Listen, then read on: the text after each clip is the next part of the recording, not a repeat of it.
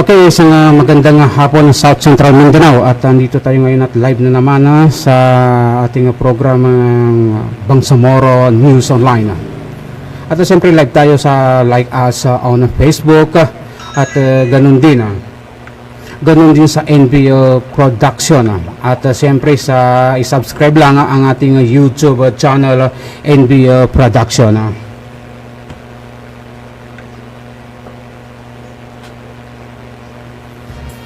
Yes, mga kabangsamoro, ito po muli ang inyong anchor sa programang ito sa ganito ring oras at ganito ring araw. Si Ibnu Kudama hining maririnig live sa ating programang Bangsamoro News Online. At siyempre bago tayo magpapatuloy ay ating batiin muna yung ating mga correspondent sa 37 municipality na Maguindanao at siyempre mayroon din dyan sa South and North Cotabato. At ito sa ibang bansa, no, yung ating mga correspondent, yung ating mga Bangsamoro News Online patroller dyan po sa ibang bansa. Tulad nila Fatima Adil dyan po sa Kuwait. Abay, kumusta na dyan? Fatima Adil, ito isa nating napaka-aktibong Bangsamoro News Online patroller dyan po sa bansang Kuwait. At baka ilang weeks ngayon at ilang araw ngayon ay dumating na yung kanilang pinadalang almost 200 na kilo ng tamor o yung dates po. At ganun din si Monera Makula dyan din po sa bansang Kuwait at si Siti Abba dyan din sa bansang Kuwait. Maging si Abdul Sami Bantas at dyan naman ito yung ating correspondent naman, Bangsamoro News correspondent dyan po sa Makkah, Kingdom of Saudi Arabia. At ganun din si Rukaya Bakar, abay napaka-aktibo po rin ito sa kanilang pagbabalita at pagbibigay impormasyon kung ano ba yung nangyayari at kung kumusta na yung ating mga kababayang Bangsamoro po dyan sa bansang Saudi Arabia. Ito nga si Rukaya Bakar dyan po sa Madina. At ganun din naman si Tima Valentina dyan po sa Dubai, United Arab Emirates. At meron din tayong correspondent dyan sa Makkah, itong si Struggle, Bangsamoro Struggle, no? At of course, si Chenalyn Armada dyan din sa bansang Kuwait. At ganun din natin binabati si Suhaira Ismail dyan naman ito sa Doha, Qatar. Abay, sila yung ating mga aktibo na nagbibigay ng impormasyon sa atin. Sila yung ating mga Kabangsamoro News Online patroller. At maging si John Salik dyan naman ito sa Riyadh, Kingdom of Saudi Arabia. Si Hadja Linda Pigan dyan din po sa Kingdom of Saudi Arabia. At of course dyan po sa may Dato Paglas, yung ating mga correspondent dyan, si Ramadia Akub. At ito naman si Alma Gyaman dyan po sa municipality ng Pikit, North Cotabato. At siyempre mga Kabangsamoro sa 37 municipality po ng Maguindanao ay ating binabati yung ating mga correspondent dyan. At tulad nila Nuraisa Mamukan ng Sultan Kudarat sa Maguindanao, si Bay Riyada Sinsuat dyan po ito sa Dato Blas Sinsuat Municipality, mga Bangsamoro. Abay, aktibo po ito si Bay Riyada Sinsuat. Lagi po ito nag-update sa mga balita, kung bagay hindi nahuhuli sa mga balita.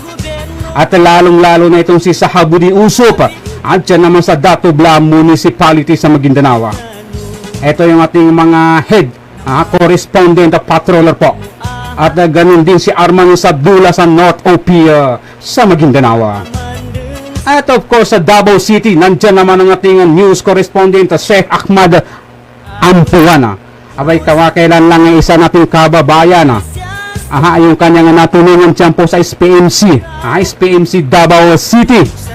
Ito yung pinanghinalaan na namatay sa COVID-19. Pero kalauna nung lumabas yung resulta ay hindi pala COVID-19 yung kinamatay. Abay, maraming salamat po sa ating Bangsamoro News patroller Sheikh Ahmad Ampuan ng Davao City. At siyempre ganun din kaya Samir Mamalagya yung ating head, provincial po ito siya. Ilang munisipyo yung hinahawakan ni Samir Mamalagya.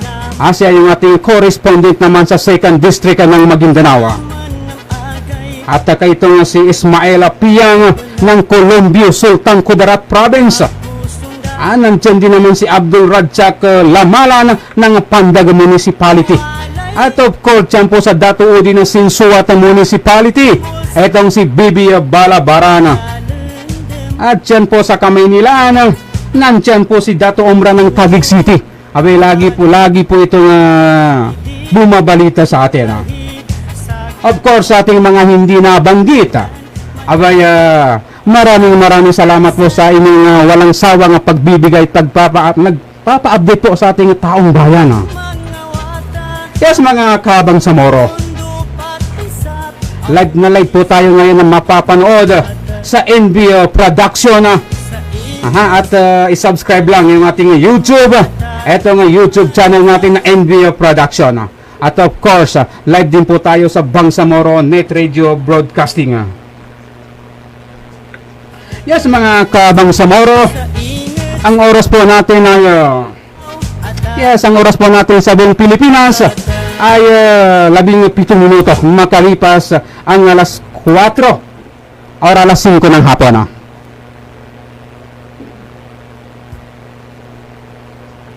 Yes, mga kabangsamoro, ito yung ating munang kukumustahin yung ating mga kabangsamoro. Sa kabila ng lockdown po, mga kabangsamoro, kumusta na? Kumusta na yung ating yung ating mga pamumuhay? Alam naman natin lahat na lahat tayo. Yes, lahat tayo ay apektado nitong pinapaira sa buong Pilipinas. Etong enhancement community quarantine. Hindi lang po dito sa ating lungsod ng Cotabato. Hindi lang po sa bansang Pilipinas, maging sa ibang bansa. Ito ay buong mundo. Talagang krisis, no? Lalong-lalo na yung ating mga kababayan. May kasabihan nga na yung may hirap ay lalo na naghihirap. Pero makarana ito kumbaga ay tiisin. Matuto tayong magtiis sa kabila ng pagtitiis, mga kabangsamoro. Matapos ito ay balik normal naman ng ating pamumuhay. Samantalang oras po natin sa buong Pilipinas, 18 minuto makalipas ang alas 5 ng hapon. At sa ating pambuno-manong balita sa hapon, 8 frontliners sa Jensan ipinadala sa Manila para tumulong na labanan ang COVID-19.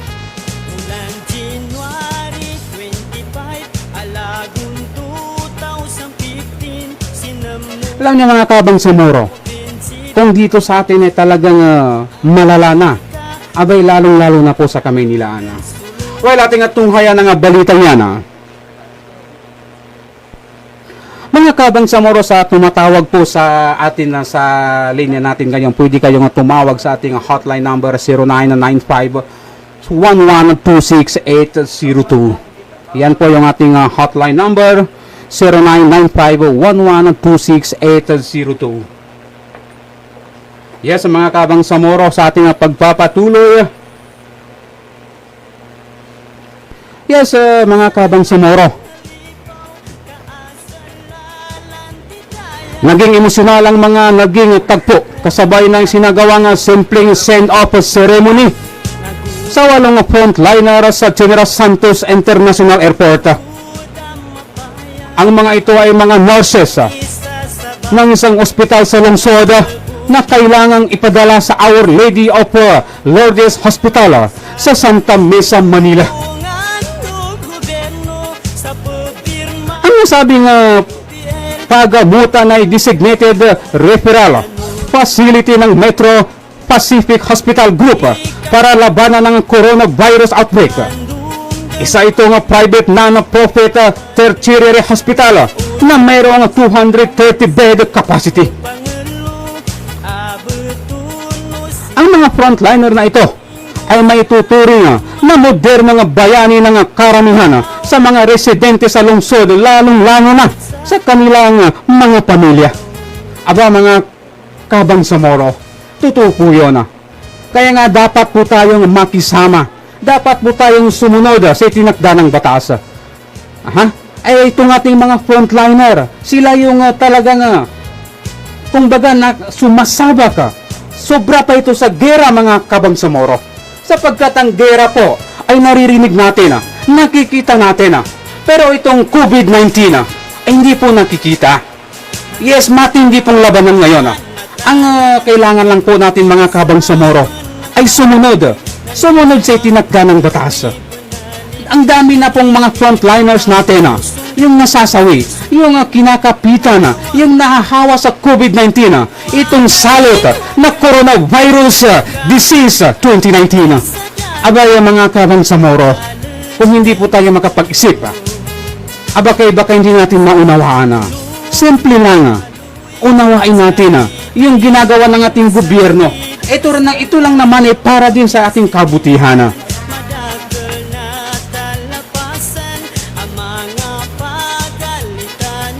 Well, mga kabangsamoro, ating palang binabati at ating pasadahan muna yung ating former Vice Mayor dyan sa Buluan at siyempre siya yung kasalukuyang Secretary General ng PDP Laban. Abay, walang iba po kung hindi si Dato. Ito nga si Dato Aman Piang. Ito yung former Vice Mayor ng Buluan. At siyempre si of course ang ating magiting at ng Agila ng Maguindanao. Abay, wala nang iba. Wala nang ibang Agila ng Maguindanao kung hindi ating butihin. Napaka-energetic na gobernadora ng Maguindanao Province. Yan ay si Gobernadora Madam Mariana Sangki Mangudadato. Madam, magandang hapon po at magandang pagkikinig yung ating mga tauhan dyan, mga tauhan ng ating mga correspondent. Hindi po natin tauhan, wala po tayong tauhan. Pero yung ating mga kasamahan, yung ating mga news correspondent po dyan, abay, talagang napaka-aktibo, lalo na ating ulitin itong si Sahabudin. Napaka-usok, Sahabudin Usok, napaka-aktibo po yan. Mga kabangsamoro, konting pangunawa lang po sa ating mga otoridad. Sa pagsunod lang, sundin yung itinakda ng batas nang sa ganun ay hindi na mangyayari pa yung hindi maganda. Kung baga respetohan lang. Yung ating mga munisipyo, yung ating mga residente sa outside Cotabato, abay makiusap lang kung gusto din pumunta talaga ng pumasok ng syudad. Abay, kung valid reason naman, ay talagang makakapasok po kayo sa syudad.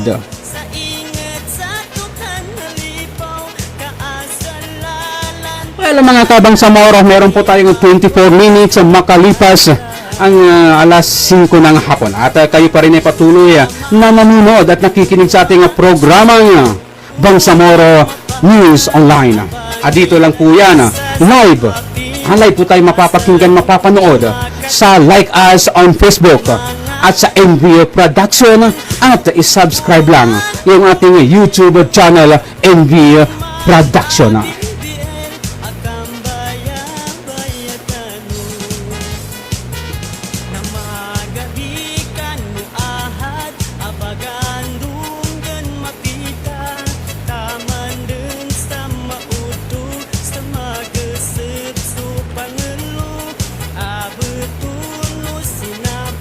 Mga kabangsamoro, at yun nga ating inulit-ulit yung ating mga tayo sa pusong nagpapasalamat kasi nga ang dami din natin mga miyembro dito sa Bangsamoro Net Radio Broadcasting. Sila po yung nagbibigay sa atin ng mga legit na balita. Bakit natin ginawa ito? Kasi nga tayo, ito yung ang adhikain po, isa sa mga adhikain ng Bangsamoro Net Radio Broadcasting kasama ng NB Production ay para tumulong, para suportahan yung moral governance na pinapairal po ng BRMM. Bakit? Tutulong tayo sa pagpapanatili at balita. Kung yung pagbabalita ay kinakailangang legit. Bakit? dito natin makukuha yung legit, kung bawat community, bawat munisipalidad ay meron tayong Bangsamoro News Patrol dyan. Diyan po nakukuha yung tunay na balita. Yan ang napakagandang isupport natin sa ating moral governance. Yung hihikayat at pagsasabi at pagbo-broadcast, pagpo-post sa social media ng totoong balita. Okay mga Kabangsamoro, ang ating susunod balita. Isang suicide helpline para sa mga para sa mga nakakaranas ng depression. Ito ay binuksan na sa Baguio City. Alam niyo kasi mga Kabangsamoro, hindi natin maiwasan na magkaroon ng depression ng isang tao. Lalo pat ikaw ay naka-lockdown. Kung ikaw ay na-standby lang, isang araw nga lang na may standby tayo sa ating mga bahay, ay talagang magmumukmuk ka. Pero iba iba yung labanan ngayon. Kung baga, kung depressed ka, hanap ka ng paraan. Yes, mga Kabangsamoro, hanap ka ng paraan, at least malibang ka. Huwag mo munang isipin yung masyadong problema. Kung baga, yung don't panic, Kung baga, gumawa ka ng mga bagay-bagay na makakabuti at yung makakapag-alis ng yung depression, makakapag-alis ng yung kung nagbo-board ka dyan, abay, maraming paraan po. Hindi po solusyon yung mag-suicide. Abay, napakahina nga pag-iisip po, mga Kabangsamoro. Well, ating tunghayan yung balita niyan. Binuksan sa Baguio City ang mga helplines o libreng online psychosocial support services para sa mga nakakaranas ng anxiety at depression dahil sa nararanasang epektibo ng COVID-19 pandemic. Ayon kay Christina Gina Cancel, Executive Manager ng Philippine Mental Health Association o PMHA, bukas ang libreng online psychosocial support ng kanilang grupo kung saan isinagawa ng kanilang mental health professionals at ang psychosocial briefing at counseling sa kanilang mga kliyente sa pamamagitan ng chat o phone call.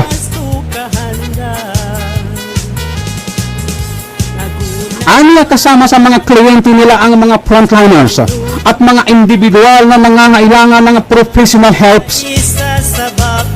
Hinikayat din ito ang pagsugod sa mga mental hygiene practices kasabay ng nararanasang epektibo ng COVID-19 pandemic.